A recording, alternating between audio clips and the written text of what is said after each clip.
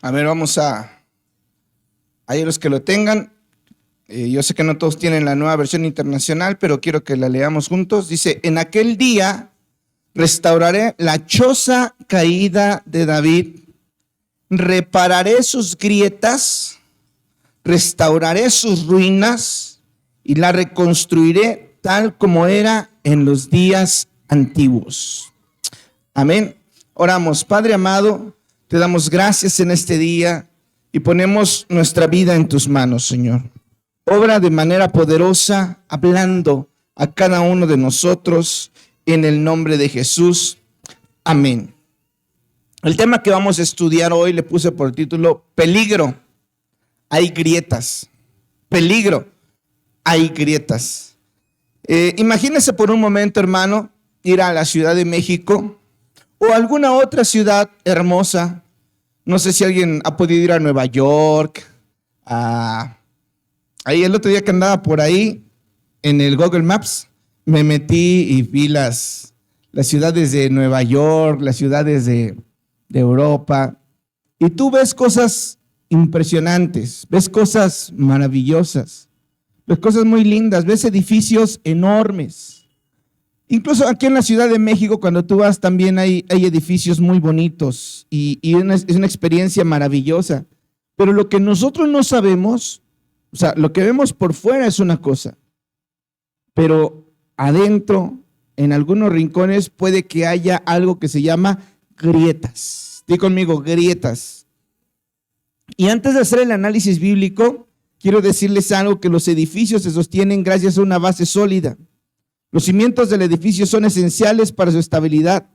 Si la base es sólida y bien construida, el edificio puede resistir todo lo que son las inclemencias del tiempo, los temblores, todo lo que sucede. Es muy importante saber que si esas bases, si esos fundamentos tienen grietas, se debilitan y el edificio está completamente en peligro, porque las grietas, querido hermano, son señales de debilidad y de peligro. Di conmigo, las grietas son señales de debilidad y peligro. Ahora imagínese, hermano, que esos majestuosos edificios muestran grietas en sus paredes, en sus estructuras, y no solamente está en peligro la estructura, también están en peligro las estructuras de al lado y también está en peligro la gente que está alrededor. Se convierte en un peligro, la seguridad y la solidez se desvanecen y la verdad que es una amenaza constante. Entonces, por eso quiero ver si ya se puede ver lo que es ¿no? Bueno, vamos a ver lo que leímos en Amos 9:11. Dice, en aquel día restauraré la choza caída de David. En la versión 60 dice, la casa caída de David. Dice, repararé sus grietas, restauraré sus ruinas y reconstruiré tal como en los días antiguos. Aquí hay algo muy importante.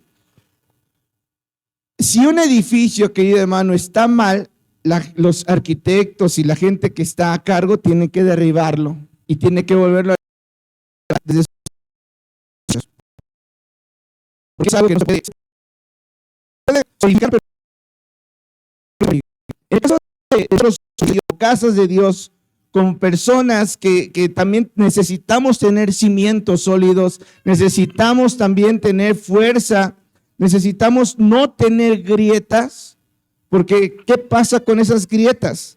La verdad es que así como un edificio puede caer en ruinas, también una persona puede caer en ruinas. David, en aquel tiempo, tuvo un gran problema y la verdad es que él tenía grietas en su vida. Por eso quiero que veamos qué significan estas grietas espirituales. Primero que nada, las grietas espirituales que les dije son señales ¿de qué? De debilidad. Una grieta espiritual es una debilidad. Y cuando hablamos de que nosotros tenemos que tener cuidado con esas grietas, estamos reconociendo que son señales claras de debilidad y son indicadores de que algo no está funcionando correctamente en nuestra relación con Dios. Y hay 3 ejemplos que quiero hablarles de 3 grietas que son muy claras y que debemos de tener cuidado. Primero, la pérdida de pasión por la oración y la palabra de Dios. Esa es una grieta que es lo primero que se manifiesta en la vida de una persona que está en peligro de desvanecerse, de caer y de abandonar su relación con Dios y de abandonar su vida espiritual.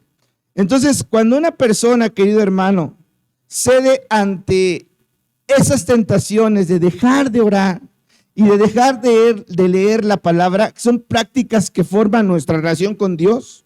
Son prácticas que hacen que una persona, yo conozco a muchas personas que me dicen, es que yo intento acercarme a Dios, estoy intentando acercarme a Dios, me dicen, pero no lo hacen de la manera correcta, que es leyendo la Biblia y haciendo oración.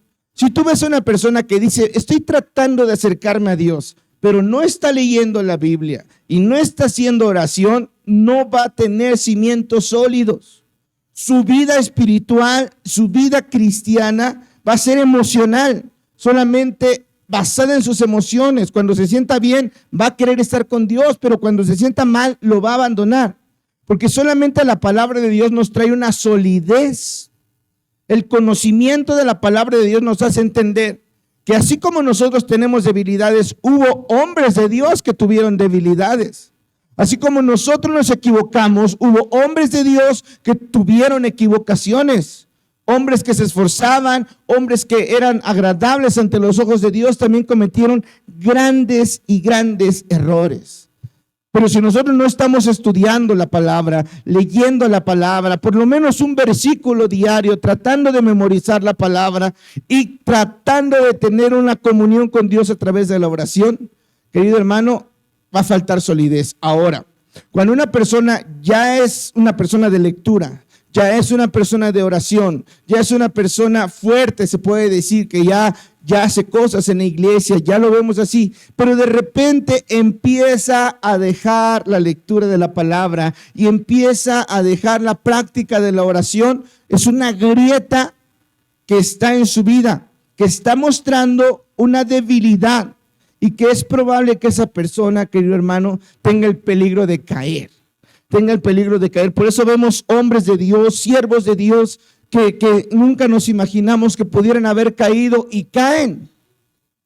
Y la verdad es por dejar esto que es tan básico, tan sencillo, pero que cambia y transforma la vida de los que lo hacen, que es leyendo la Escritura todos los días y haciendo oración. Otra grieta que nosotros tenemos que darnos cuenta es el descuido de la comunión con los creyentes.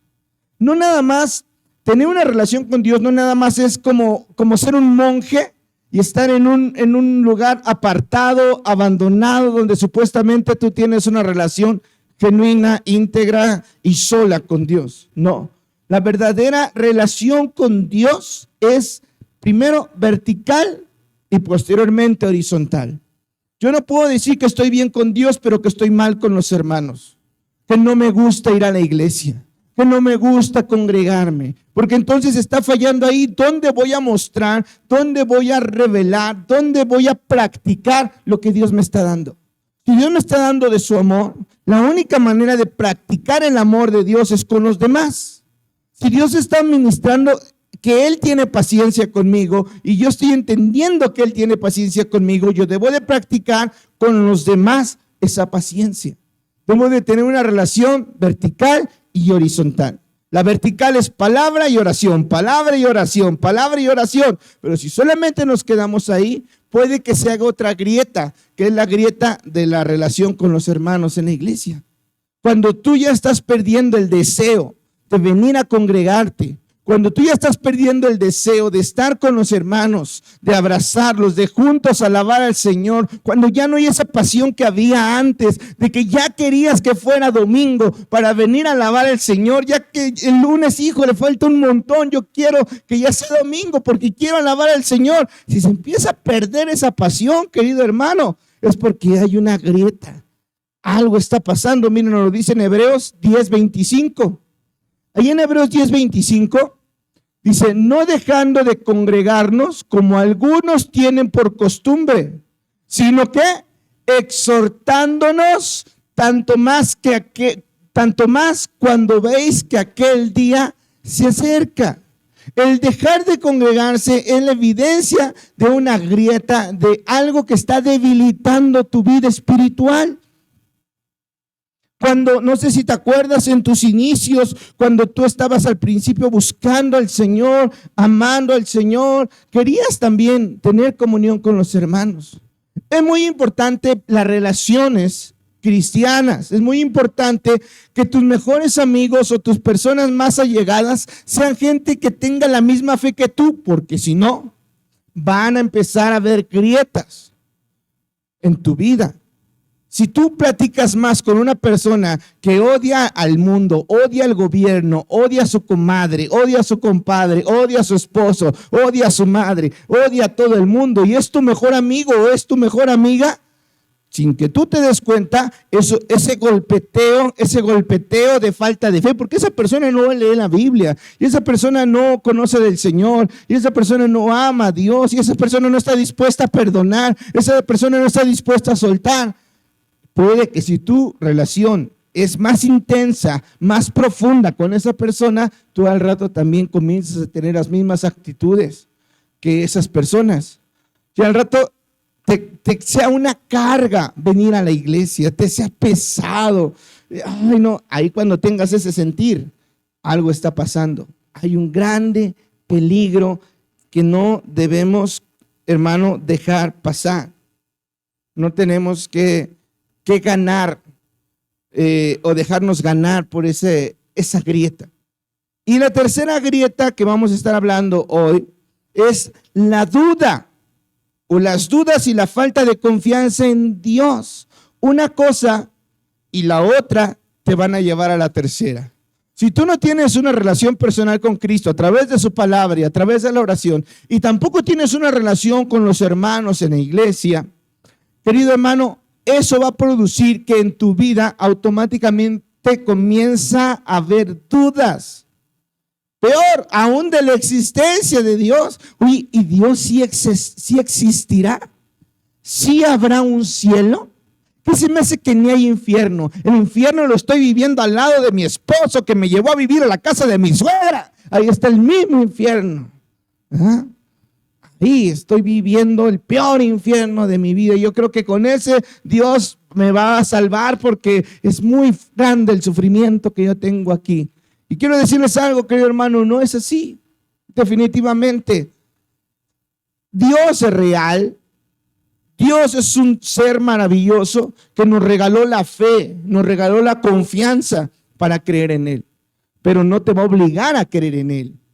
Si tú comienzas a dejar que esas grietas comiencen a golpear tu vida, vas a empezar a dudar de Dios, vas a empezar a tener falta de confianza en Dios y va a estar dañando tu relación con Dios. Amén. Mire, por ejemplo, la caída de David. David, el rey David, le digo que no es el de las mañanitas, es el de la Biblia, ¿verdad? Este rey David era un hombre, la verdad es que tengo desde el 2 de Samuel 11 del 1 hasta el 27. Y no lo quiero leer todo porque nos vamos a tardar un buen. Quiero más o menos platicárselo y que usted se comprometa a leerlo en su casa. Es muy importante que usted entienda esto. David, en contexto, era un hombre conforme al corazón de Dios. Era un hombre que era cuidador de ovejas, era pastor, y él era el más pequeño de sus hermanos. Por ahí algunos historiadores dicen que a lo mejor era una canita al aire de su papá, o sea que era un hijo que no era de su esposa, porque nunca se menciona quién era la madre de David. Sin embargo, vemos que cuando Samuel viene a ungir al rey de Israel, que iba a sustituir a Saúl, que era el primer rey de Israel, pero le falló a Dios y Dios ya no quería estar respaldándolo, buscó a David. David era un jovencito que cuidaba las ovejas y que peleó contra osos y peleó contra leones para que no dañaran el rebaño que él tenía. Era un jovencito que tocaba el arpa, tocaba la flauta y escribía salmos. De hecho, él es el que escribió la mayor parte de los salmos que usted tiene en su Biblia. Es un hombre que era aguerrido, peleó contra Goliat, lo venció, peleó contra los filisteos y los venció. Saúl quería matarlo por envidia y Dios le entregó en sus manos a Saúl, y pudiendo matar a Saúl no lo tocó. Dijo: no, líbrame el Señor de tocar al ungido de Dios. Y era un hombre que la gente también lo quería, porque cantaba la gente en las calles: Saúl mató a 1000, pero David mató a sus 10,000. Y eso llenaba de coraje el corazón de Saúl. Usted va a estudiar su vida, usted va a conocer que un hombre tan grande, tan fuerte, tan valiente, tan dedicado, tantas victorias, tuvo una gran grieta en su vida, tuvo un gran problema que está ahí en Segunda de Samuel, que precisamente dice, vamos a darle una lectura rápido. Aconteció al año siguiente, en el tiempo que salen los reyes a la guerra, fíjese, que salen los reyes a la guerra. David envió a Joab, con él a sus siervos y a todo Israel, y destruyeron a los amonitas y sitiaron a Rabá. Pero David se quedó ¿en dónde? Primero que nada, no hizo lo que tenía que hacer. ¿Qué hacían los reyes? Salían, iban enfrente de su pueblo a la guerra, y él ese día no tenía ganas. Se quiso quedar en su casa a ver Netflix en vez de ir a la guerra. Estamos aquí. Le ganó el TikTok y dijo: no, mejor me quedo aquí. Ahí tengo a Joab. Joab también sabe predicar, que vaya Joab. También sabe luchar. En el 2. Y sucedió un día, al caer la tarde, que se levantó David de su lecho. ¿Sí leyeron lo que yo? ¿A qué hora se levantó David? Se quedó viendo el celular, el Facebook, toda la noche, y se paró al otro día en la tarde. Se levantó y se paseaba sobre... ¿Qué nota ahí en David? Hay una palabra que se llama...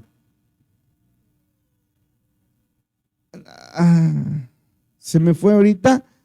Estaba en su tiempo de ociosidad.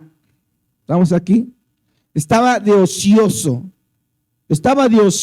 y de ansioso. Y sale al terrado y a lo lejos ve una mujer porque era alto su palacio, y ve a lo lejos una mujer que se estaba bañando, la cual era muy hermosa. La ve y luego 11:3. Envió David a preguntar por aquella mujer, y le dijeron: aquella es Betsabé, hija de Elián, mujer de Urías Eteo. Y envió David mensajeros y la tomó, y vino a él y durmió con ella. Luego ella se purificó de su inmundicia y se volvió a su casa. Y concibió la mujer y envió a hacerlo saber a David, diciendo: estoy embarazada, que es estar encinta. Entonces David envió a decir a Joab: envíame a Urías Eteo. Y Joab envió a Urías a David. Cuando Urías vino a él, David le preguntó por la salud de Joab y por la salud del pueblo y por el estado de la guerra. Después dijo David a Urías: descienda a tu casa, lava tus pies. Saliendo Urías de la casa del rey, le fue enviado presente de la mesa real. Quería ahí como calmar el asunto. Mas Urías durmió a la puerta de la casa del rey con todos los siervos de su señor y no descendió a su casa. ¿Usted sabe por qué quería que él se fuera a su casa?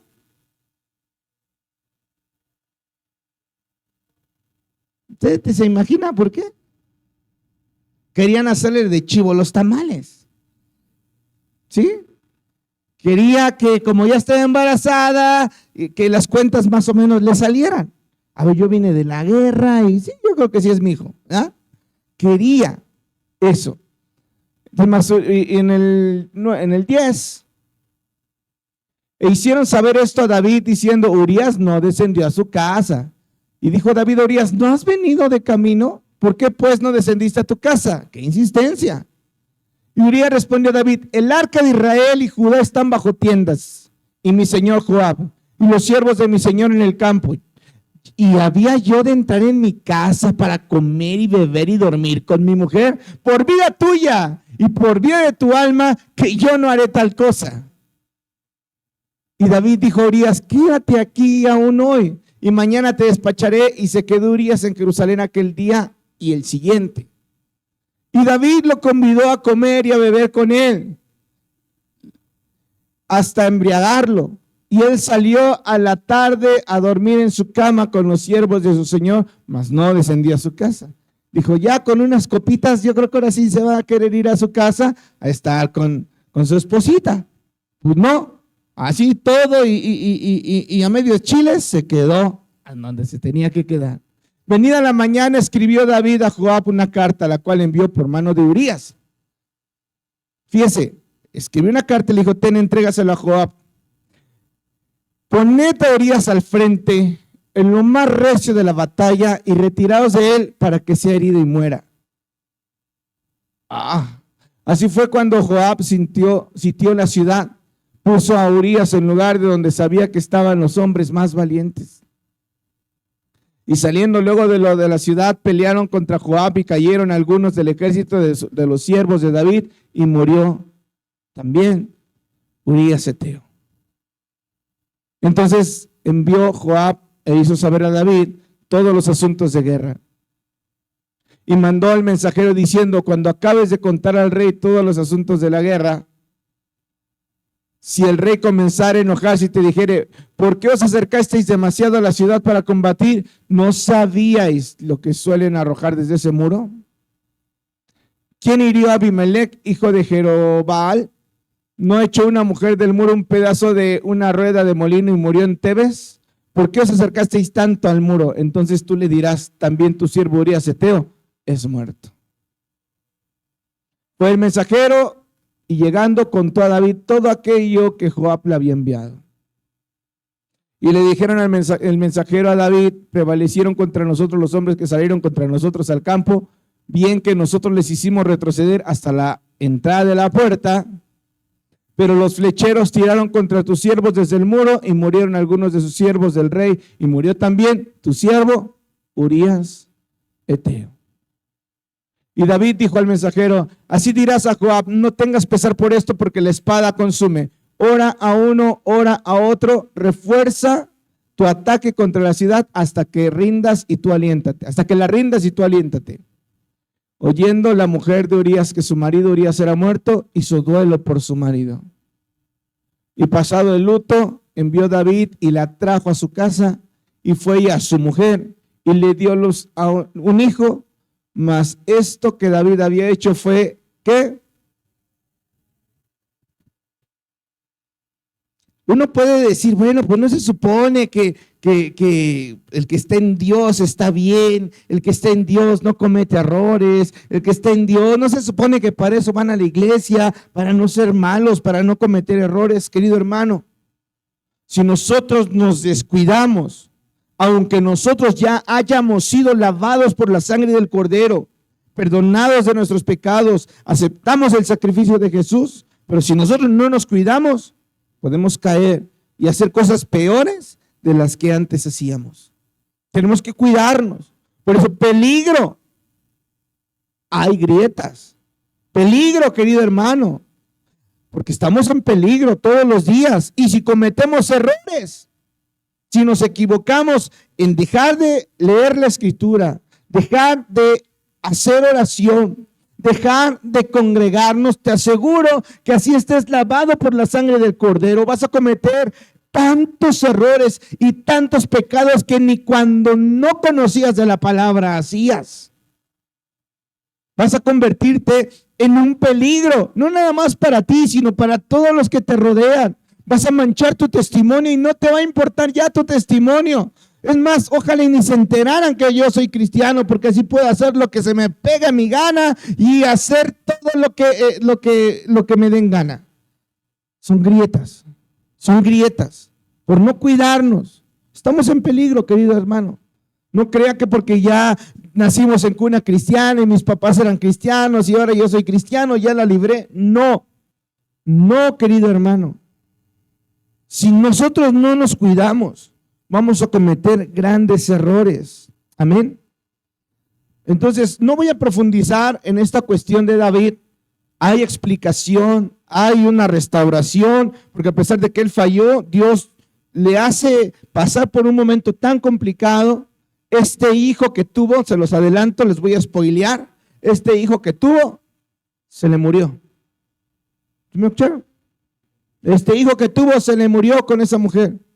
Y él clamaba a Dios porque no muriera y murió. Entonces, después nace otro hijo y ese otro hijo se llama Salomón. Amén. Entonces, hay algo muy importante que usted debe de saber. Así por muy fuerte que seas, por muy maduro que te sientas en Cristo, si no cuidas tus grietas, tú puedes caer, querido hermano. Por eso cuando una persona deja de congregarse, yo inmediatamente me doy cuenta que ya hay problemas espirituales. Y luego los veo en la calle como 2 o 3 veces o meses que no vienen a la iglesia. ¿Y cómo estás? Muy bien, pastor. Casi como que me dijeran, desde que no me congrego, me ha ido mucho mejor en la vida, pastor. Y los veo tan contentos de no venir a la iglesia y digo, oh, qué bien. Pero la verdad es que no es cierto, son máscaras que pone la gente, porque en realidad están mal, saben que están mal. Y si se están alejando de la iglesia es porque algo está mal, es porque algo está sucediendo. Y porque ya hay una grieta ahí, ya hay una grieta que está dañando su vida espiritual. Otro punto, otra persona que también falló fue Pedro. Vamos a leer Lucas 22, del 54 al 62. Y prendiéndole le llevaron y le condujeron a casa del sumo sacerdote y Pedro le seguía de lejitos. Y habiendo ellos encendido fuego en medio del patio, se sentaron alrededor y Pedro se sentó también entre ellos. Pero una criada al verle sentado al fuego se fijó en él y dijo, también este estaba con él. Pero él lo negó diciendo, mujer, no lo conozco. Un poco después, viéndole otro, dijo, tú también eres de ellos. Y Pedro dijo, hombre, que no estoy, ¿verdad? Y como 1 hora después, otro afirmaba diciendo, verdaderamente este estaba con él, porque es Galileo. Y Pedro dijo, hombre, no sé lo que dices, ¿verdad? Y enseguida, mientras él todavía hablaba, ¿qué pasó? El gallo cantó. ¿Y se acuerdan que Jesús le dijo, Pedro le dijo a Jesús, Señor, yo voy a ir contigo hasta la muerte? Y le dijo Jesús, Pedro, de cierto te digo, que antes que cante el gallo, me vas a negar 3 veces. Y cuando este hombre niega la tercera vez y canta el gallo, vea lo que sucede. En el 62, pues te llega. Y Pedro, saliendo fuera, ¿qué hizo? Se acordó de lo que le dijo su Señor. Por eso, querido hermano, no vivas en la emocionalidad del momento. No digas, sí, pastor, yo voy a estar con usted. Mire, a mí no me emociona que la gente me diga que va a estar conmigo. A mí me emociona cuando la gente está conmigo cuando más se necesita. Él está bien emocionado, Señor, yo he visto tus milagros, he visto tu poder, he visto lo que haces, por eso voy a estar contigo hasta la muerte. Fue el primero que le falló. Uno de los discípulos más cercanos de Jesús lo negó 3 veces. Amén. 3 veces.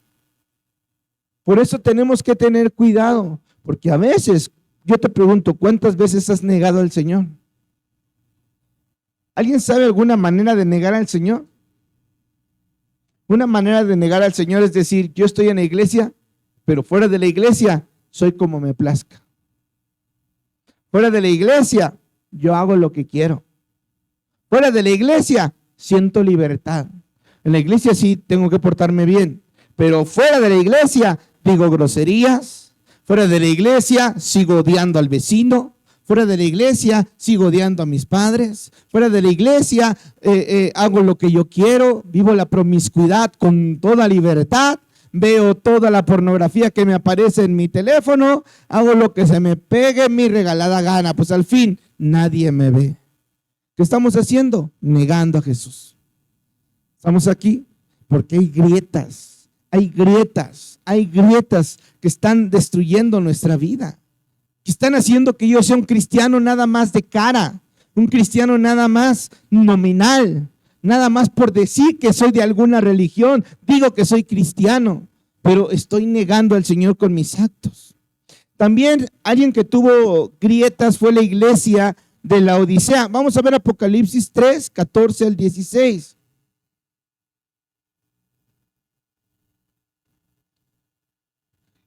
Y escribe al ángel de la iglesia en la Odisea: he aquí el amén, el testigo fiel y verdadero, el principio de la creación de Dios, dice esto: yo conozco tus obras, que ni eres frío ni caliente. Ojalá fueses frío o caliente. Pero por cuanto eres tibio y no frío ni caliente, ¿qué dice? Te vomitaré de mi boca. ¡Ah, qué fuerte! Pues yo conozco tus obras, o sea, yo sé que le echas ganas, yo sé que vas a la iglesia, yo sé que das tu ofrenda, das tu diezmo, te esfuerzas a ser una persona buena, tratas de no pelearte en la calle, tratas de refrenar tu lengua, pero ¿sabes qué? Que eres tibio. Y no sé, yo a veces me imagino, yo me imagino algo así.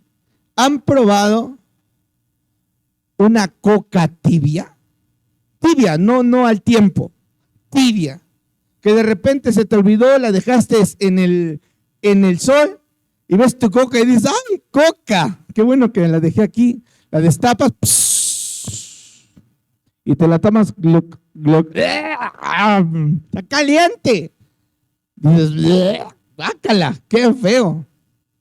¿Han probado un café no frío? Porque el café frío sabe rico.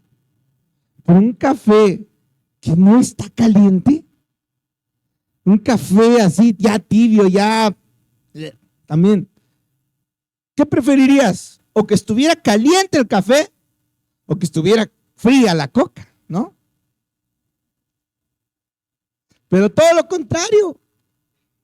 Dios, en vez de que tú te conviertas en una coca, o sea, bien prietito y bien frío y sabroso, ¿usted se imagina una coca tibia? ¿Te gustaría hacer una coca tibia? ¿Un café tibio? Ese es el problema. Por eso, la verdad es que, mire, hermano, tenemos que ser sinceros con Dios. Si le vas a dar vuelo a la hilacha, o sea, si ya no tienes temor de Dios y ya, querido hermano, dale. Perdón, y perdón los de YouTube, pero si no tienes ganas de buscar a Dios con pasión, con entrega, con compromiso, estás perdiendo el tiempo. Porque mira, ahora que ya conoces de la palabra, peor. ¿Por qué se hace tibia una persona? Se hace tibia por esto. Porque antes de que fuera cristiana, hacía lo que se le pegaba a su gana, maldecía a quien se le pusiera enfrente, le pegaba a quien se le quedaba viendo, se metía con una, con otra y con otra y con otra y con otra, y lo único que hacía era sentirse el galán de la colonia, y no había problemas, no había cargo de conciencia. Hacía lo que se le pegaba a su regalada gana porque estaba frío. ¿Estamos aquí? Pero un cristiano que ya conoció la palabra, que sabe que hay cosas que a Dios no le agradan, que sabe que a Dios no le gustan esas cosas. Mira, hermano, ni pecar a gusto puede. O sea, peca y hasta en la noche ahí llorando y dice: yo te fallé, perdóname. Estamos aquí. Mejor no hubiera conocido. Mejor no hubiera conocido de la palabra. Mejor que siguiera dándole vuelo a la hilacha, porque Dios, a mí me impacta que dice, te prefiero frío. ¿Sí me escucha? Prefiero que estés frío, prefiero que estés frío. Y no que todo tibiezote. Ahí luchando con el pecado, porque no te apasionas por las cosas de Dios, porque no te comprometes a las cosas de Dios. Mejor quédate allá. Por eso digo, si le van a dar bola a la hilacha, tenle. Acuéstense con quien quieran, peleense con quien quieran, pónganse hasta la chancla las veces que quieran, dróguense, hagan lo que quieran, pero no digan que son cristianos. No digan que son cristianos, porque están dejando en mal el nombre de Jesús. Ay, perdón, pero alguien tenía que decirlo, se tenía que decir y se dijo. ¿Se me escuchó? Yo así veo el sentir de Dios, querido hermano, perdón, pero yo así entiendo a Dios. Con este pasaje es lo que yo entiendo. Yo entiendo que Dios dice, oye, si le vas a entrar, éntrale, mijo. Si le vas a entrar, apasionate. No sea que yo te vomite de mi boca por andar de tibio. Mejor o le entras o no le entras. O te comprometes o no te comprometes. Mejor. ¿Para qué andamos por las ramas? Yo así veo este pasaje. Así lo entiendo. Y me duele, hermano, que Dios tenga que hablarnos de esta manera. Me duele que Dios tenga que poner estas palabras en la Biblia para que nosotros las leamos. A mí me duele. Porque digo, si ya somos, pues vamos a hacerlo. Si ya estamos dentro, pues vamos a meternos. Ya le dimos bola a la hilacha. Ya hicimos lo que quisimos con nuestras vidas. Ya probamos lo que no teníamos que haber probado. El fruto prohibido, ya lo probamos. Ya. Dejemos lo que era, dejemos atrás el pasado, dejemos nuestros pecados y comencemos a ser gente diferente, gente nueva, gente que haga una diferencia en la colonia, en tu casa, en tu familia, gente que ame verdaderamente a Dios, gente que esté dispuesta a dejar los placeres del mundo por agradar el corazón de Dios. Eso es ser caliente. Ser caliente es estar en el fuego, quemarte, ahogarte en la presencia de Dios y decir, Señor, te he fallado mucho. Fue lo que pasó con David. David, querido hermano, después de esa falla y después de que Dios lo confronta, David se quería morir y escribió salmos diciendo, mi alma está hastiada de vales y mi vida cercana al Seol. Soy contado entre los que descienden al sepulcro, soy como hombre sin fuerza, abandonado entre los muertos de los cuales ya no te acuerdas. David vivió un proceso muy difícil, pero volvió a ser un hombre caliente. ¿Estamos aquí? Pedro, después de negar al Señor 3 veces, de fallarle al Señor 3 veces, el Señor en su infinita bondad y misericordia lo confronta. ¿Y sabe qué le dice? Pedro, ¿me amas? Sí, Señor. Pedro, ¿me amas? Sí, Señor, tú lo sabes. Pedro, ¿me amas? Tú lo sabes todo, Señor. ¿Cuántas veces le falló? ¿Cuántas veces lo negó? ¿Y cuántas veces confirmó su amor? 3 veces. Quedaron a cuentas. Y después de que vino el Espíritu Santo sobre Pedro, ahora ya no le importaba morir a Pedro. Ya no le importaba que lo azotaran. Le dijeron, si sigues predicando en ese nombre, te vamos a matar. Y él dijo, ¿qué es mejor? ¿Hacerle caso a Dios o a los hombres? ¿Estamos aquí? Pedro se convirtió en un héroe de la fe. Se convirtió en un hombre que enfrentó la muerte con tal de levantar el nombre de Jesucristo. Dejó de ser un hombre tibio y se convirtió en un hombre caliente. ¿Estamos aquí? Y lo transmitió a su esposa y lo transmitió a sus hijos. Y estoy seguro, querido hermano, que hoy gozan de la gloria de Dios por su fe y no ser tibios. Amén. Por eso es tan importante, querido hermano, que hoy decidamos si le vamos a entrar o mejor no. Espero en Dios que no se me vaya a vaciar la iglesia para la otra semana. Pues al fin, el pastor dijo que si quería darle vuelo a la leche, pues mejor le doy. A gozar que el mundo se va a acabar. ¿Ah? O sea, no estoy diciendo como consejo, te lo estoy diciendo como advertencia. ¿Estamos aquí? O sea, no es un consejo, deja de congregarte, no busques a Dios, dale vuelo a la hacha. No es un consejo, es una advertencia. ¿Estamos aquí? Porque no quiero ni que te vayas al infierno, ni que Dios te vomite de su boca. Yo lo que quiero es que estés en la presencia de Dios cuando tengas que ir a su presencia.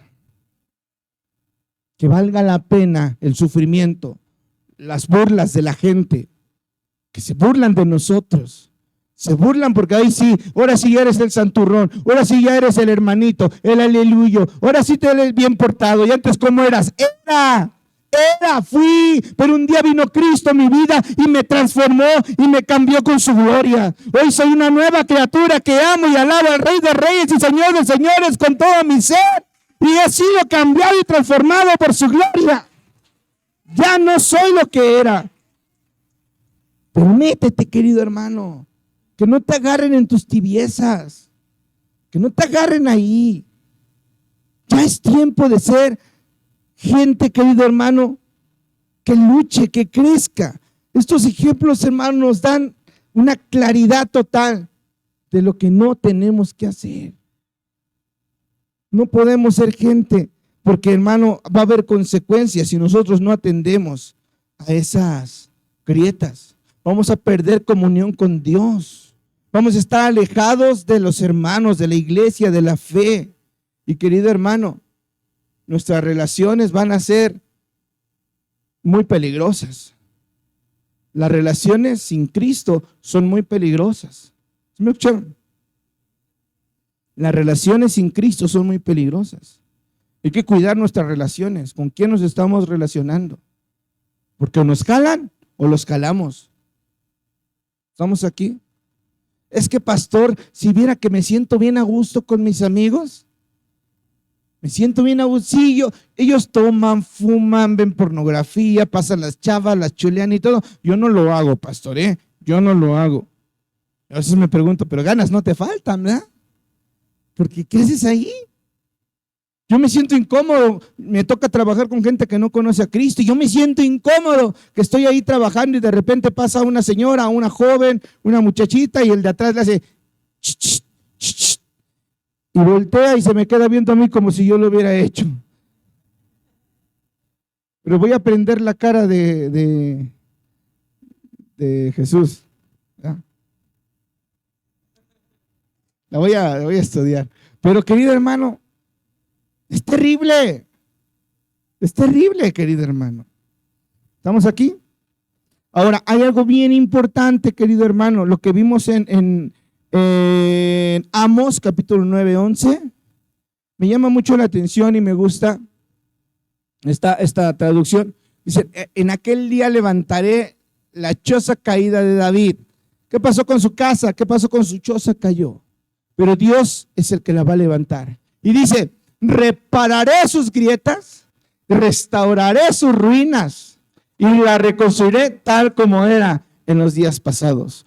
Si hoy, querido hermano, tú reconoces tus grietas, si hoy tú reconoces que estás debilitado y hoy reconoces delante de la presencia de Dios que estás en peligro, hay una promesa de parte de los cielos para tu vida, que Dios mismo, Él se va a involucrar para restaurarte, para restaurar tu matrimonio, para restaurar a tus hijos, para restaurar tu economía, para restaurar tu casa, porque ahora has entendido que estás en peligro y que necesitas la mano del Todopoderoso para que restaure, para que repare tu vida.